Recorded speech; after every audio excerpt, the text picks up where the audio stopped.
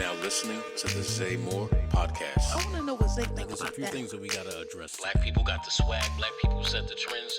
We are the culture. We got a reality star for our president. It's insane. Even if they try to erase black history out of schools, it's not going to erase black history. Because we've been here. Kendrick Lamar definitely beat Drake in that battle. Hands down. At the end of the day, I'm going to keep it real with my people. Because if we don't keep it real with each other, who will?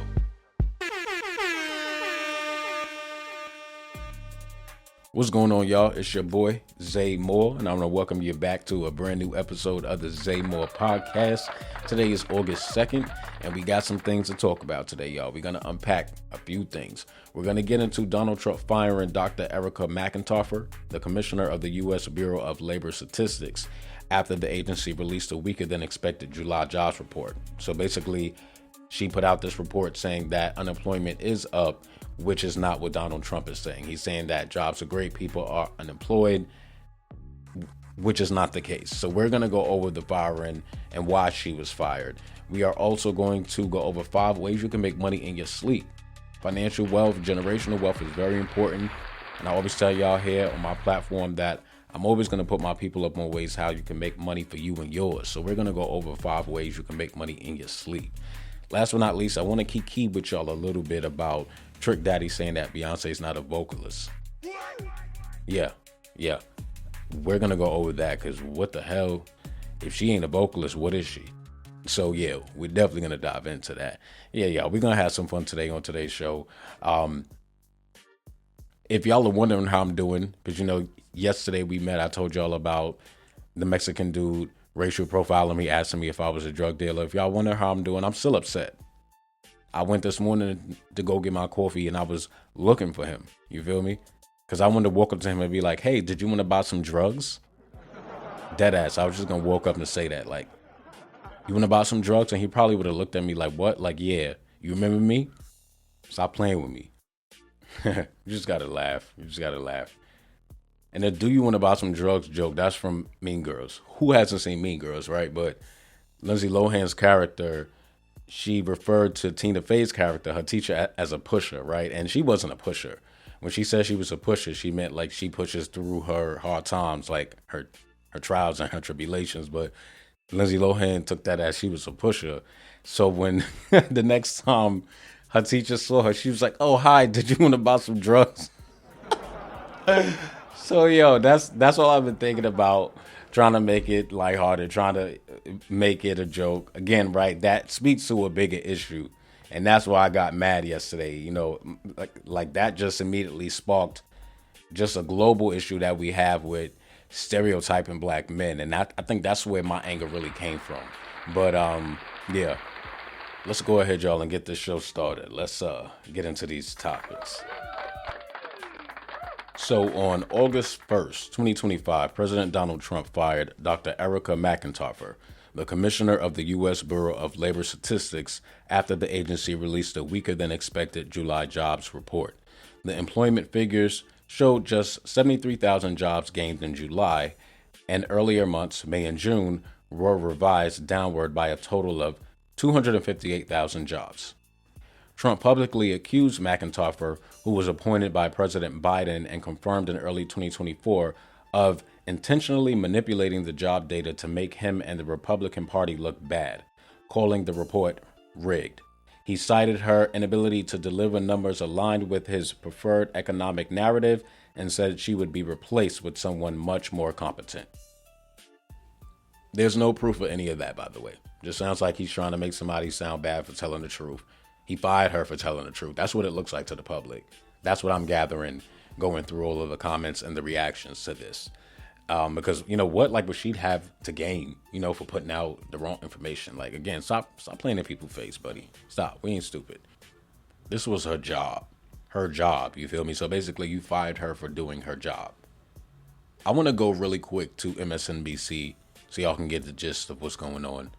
And then I'll come back and then listen closely to how Trump says it, right? He doesn't say that the numbers were wrong. He says, I think they're wrong. I think that they're wrong. That's what you're going to hear.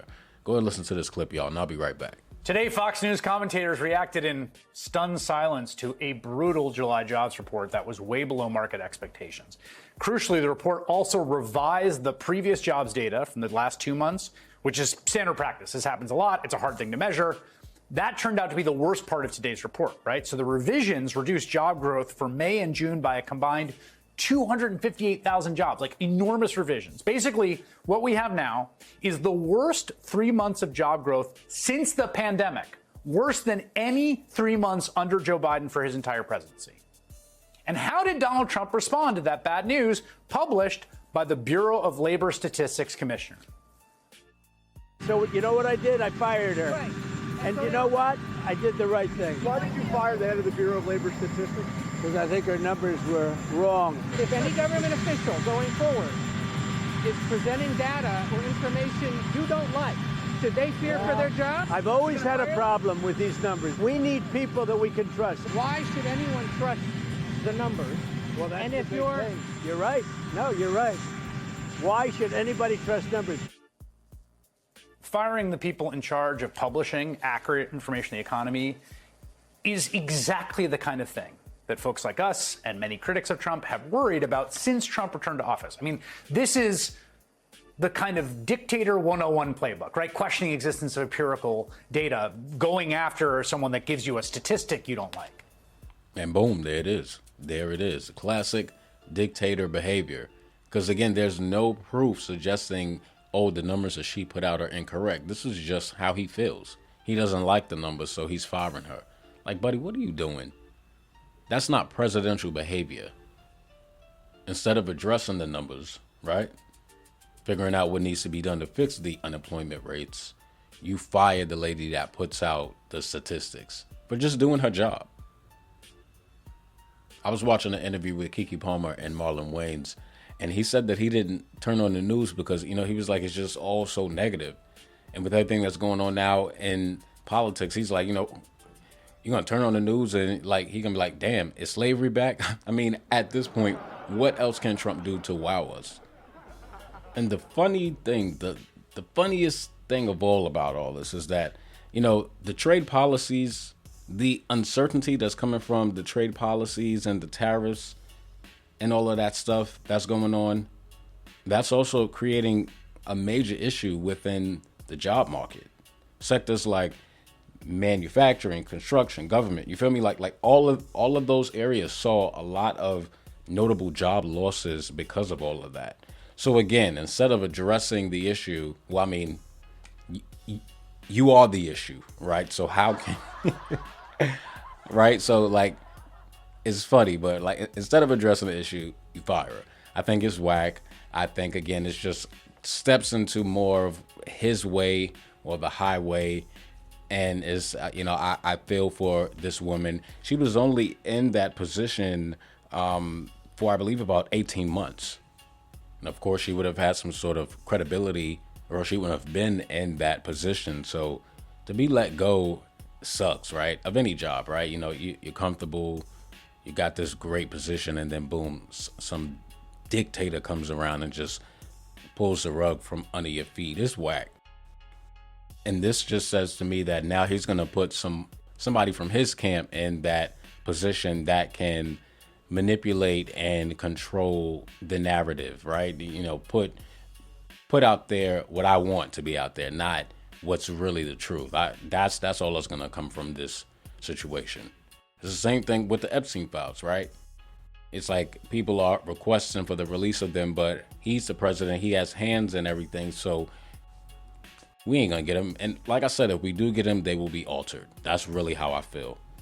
But we won't spend too much more time on that. I just wanted to make sure I kept y'all up to date on what is going on, as always, within the Trump administration. Why? Because it's important, right? A lot of these things that are going on affects all of us, affects our friends, affects our family. So I'm going to keep y'all up to date. That way you can keep your people up to date. That's the point of this. You heard? All right. So we're going to move on to our next story, guys. But before we do that, I just wanted to give y'all some good news. So I'm happy to announce that the Zay Moore Podcast is now being streamed And 3 countries, y'all, 3 different countries, multiple cities nationwide, y'all. We got Tokyo, we got the United Kingdom, and we got the US. That is amazing. That is just, I'm just like more and more inspired the more I get into this, you know, like that to just have start a month ago and to be where I am now is just amazing. I love that y'all love my unconventional journalism. And I'm happy that I'm changing the narrative, right? Because, you know, what happened to me yesterday in front of Starbucks is why I do what I do. You feel me? Because it's not about the exterior. It's all about who we are as people. You feel me? And Black people, we have so much to offer. You know, so much more than meets the eye. So much more than what you may see when you're scrolling on your phone and when you turn on BT or you're watching a video, right? We're so much more than a monolith. Yeah, it's true. It's true. And I've always felt like I was here for a purpose. You know, I've always heard, your voice is so rich. You know, you should get into news, or, you know, you should do voiceover work. Do you sing? And I do all those things, by the way. Not to brag, you feel me? But yeah, I'm into the arts, every area of the arts. And I've been that way since I was a child because I never wanted to be put in a box. It started with singing. And the more I got into singing, I got into writing. The more I got into writing, I got into reading. And then I got into acting. I got into modeling. I took speech classes. And now I'm about to graduate with my journalism degree. Shout out to my HBCU, North Carolina A&T, Aggie Pride. But yeah, you know, I never put myself in a box because I felt connected to so many different things. And also, I'm a firm believer in having a plan B too, right? You know, have a plan B, become a chameleon in a sense. And that's really what has gotten me in a lot of different doors, a lot of different rooms. And I've learned so much by just not putting a label on myself. So I say all that to say, y'all, you got a dream, go out there and do it. I just wanted to let y'all know what was going on with the podcast and the growth, and just thank y'all again so much. Keep sharing, keep listening, all right? So let's keep it rolling, y'all. Let's keep it going. We're going to move on. We're going to have a little key, you feel me? We're going to talk about Trick Daddy not thinking that Beyonce's a vocalist. Did y'all hear about that? It's bullshit. It's straight bullshit. Beyonce's not a vocalist? Like what? So what is she?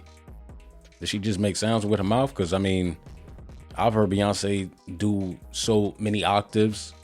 Opera, low, she be mid.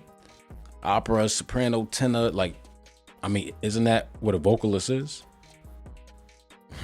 He sat down with Nene Leakes and he talked about the scrutiny he got from the Beehive.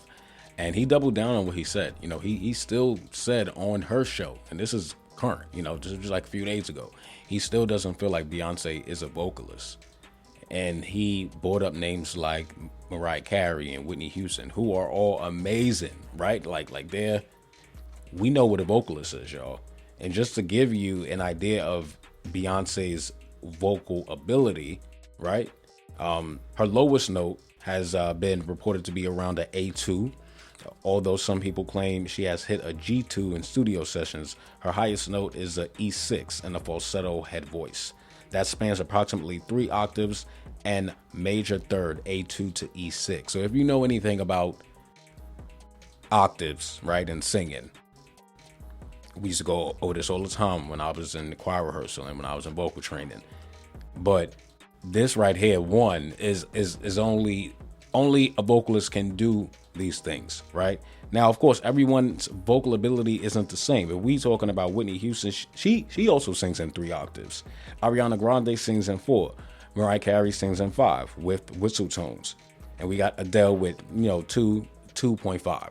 So when we're talking about vocalists, you definitely got to throw Beyonce in that list. You see how I just threw her in that list of people that I just compared, or we were doing a comparison to? Come on now. To say Beyonce is not a vocalist is crazy. It's insane. In my opinion, it's a sin. Niggas should be locked up and chained. Nah, I'm playing. But let's go ahead and listen to some of his interview with Nene Leakes, and I'll be right back, y'all. A lot of police and he do all looking for content, and he took what I said and edited it. Beyonce can't sing, and that's all they heard, and the Beehive was on my ass. But me, I know I didn't mean that, so I didn't care. But in my defense, I don't consider Beyonce a vocalist. I know what a vocalist is. I'm a Whitney Houston fan. My godmama is the late, great Miss Betty Wright. I know Mariah Carey has a voice. Yo, Nene, the fuck out of him in that interview. Everything he said after that, she was like, and then that last one was higher. She was like, She had the on deck that day. But yeah. So how y'all feel about that, man? You know, he again, right? I know what a vocalist is. I know Mariah Carey has a voice. I know who Whitney Houston is. For real, like, sounds crazy. He sounds crazy. I can see if we were talking about J-Lo, right? We all know J-Lo's not a vocalist. But to say out of your mouth, to fix your mouth and say Beyonce isn't a vocalist is crazy to me. That's crazy. Maybe because he old school, right? I'll chuck it up to the fact that Drake is old. He probably grew up on different singers, so the people he's comparing Beyonce to are probably generations before her. So a lot of his opinion could be based in that, right? But we all know Beyonce's a vocalist. We all know how great Beyonce is, how many genres Beyonce has tackled. So yeah, Trick. I think you need to watch a Beyonce one-on-one. Go on YouTube and just type in Beyonce's vocal range or Beyonce's vocal ability, and then maybe that'll kind of put you up on game. Yes, sir. Yes, sir. So I know I promised y'all some money talk. So we are going to go over 5 ways you can make money in y'all sleep. Y'all ready for this? Yes. Why sweat when you can just make it while you sleeping, right? So number 1 is selling digital products. Once created, digital products can be sold repeatedly with no extra work. Examples: ebooks, online courses, music beats or sample packs, and templates. That's resumes, social media kits, and etc. You can use platforms like Gumroad, Etsy, and Teachable to get things like this done, guys. Definitely look into selling digital products. A very easy way. I am actually looking into starting the merchandise website for the Zay Moore Podcast. So that is one way I will be looking to make money in my sleep. I'm going to put some t-shirts up there, mugs, hats. We going to have table, what is those things that you put your drink on? Coasters. Yeah, those coasters. There's going to be mad shit on that website. So y'all stay tuned for that. But definitely get into selling digital products. Easy way, guys, that you can make some money. Number 2 is investing in dividend-paying stocks. Put your money into companies that pay dividends regularly. You earn passive income quarterly or monthly without doing anything once invested. So some tools that you can look into is Robinhood, Fidelity. I use Fidelity, and Vanguard, and WeBuild. WeBuild is a great one as well. Number 3, y'all. Number 3 is going to be affiliate marketing. Promote other people's products and earn a commission per sale through your unique link, even while you're offline. Ways to share links can be blog posts, YouTube descriptions, Instagram bios, podcast show notes. Networks like Amazon Associates, ShareASale, Impact, LTK, they are affiliated with affiliate marketing. Number 4 is rent out a property or space. Whether it's a spare bedroom, a car, or even camera gear, renting out what you own can bring in passive overnight income. I will say be careful when it comes to renting a room and all that, especially if you live there, because people be crazy, right? So you want to be careful. But of course, the more common examples of this is going to be Airbnbs, Turo, right? Renting your car, or renting your gear or your equipment through Fat Llama. The last one, guys, is going to be create a subscription or membership. This is also something the Zay Moore Podcast is working on, so stay tuned. But if you have a following or a niche, build a subscription-based model where people pay monthly. Ideas include exclusive podcasts or bonus content. Hey, y'all, that's me. Private Discord groups and newsletter with premium tips, guys. So, of course, Patreon. You see what's on my mind? You see what's on my mind, y'all? Don't tell nobody y'all called Patreon Patron. Please don't tell nobody that. But Patreon. Substack, and Ko-fi. These are platforms that you can get affiliated with and create a subscription and membership and connect with people. But those are 5 ways that I just wanted to run through really quickly that you guys can make money in your sleep. I do hope that 1 out of the 5 connects with someone and you can go out there and start bringing in them funds, y'all. Start bringing in that green. You feel me? Yes, sir. But y'all know what that sound means. We have made it to the end of the episode. I want to thank you so much, as always, for tuning into the Zay Moore Podcast. We will be meeting tomorrow. We got a deep dive into family trauma, y'all. Definitely going to be an interesting topic. You know, how family trauma can last all the way into adulthood and the symptoms, what to look out for. You might be going through, you know, symptoms of family trauma and don't even know it. So we're going to go through all that tomorrow. Of course, the trending topics and more. I want to thank y'all so much for taking time out to listen to today's episode. And until next time, peace.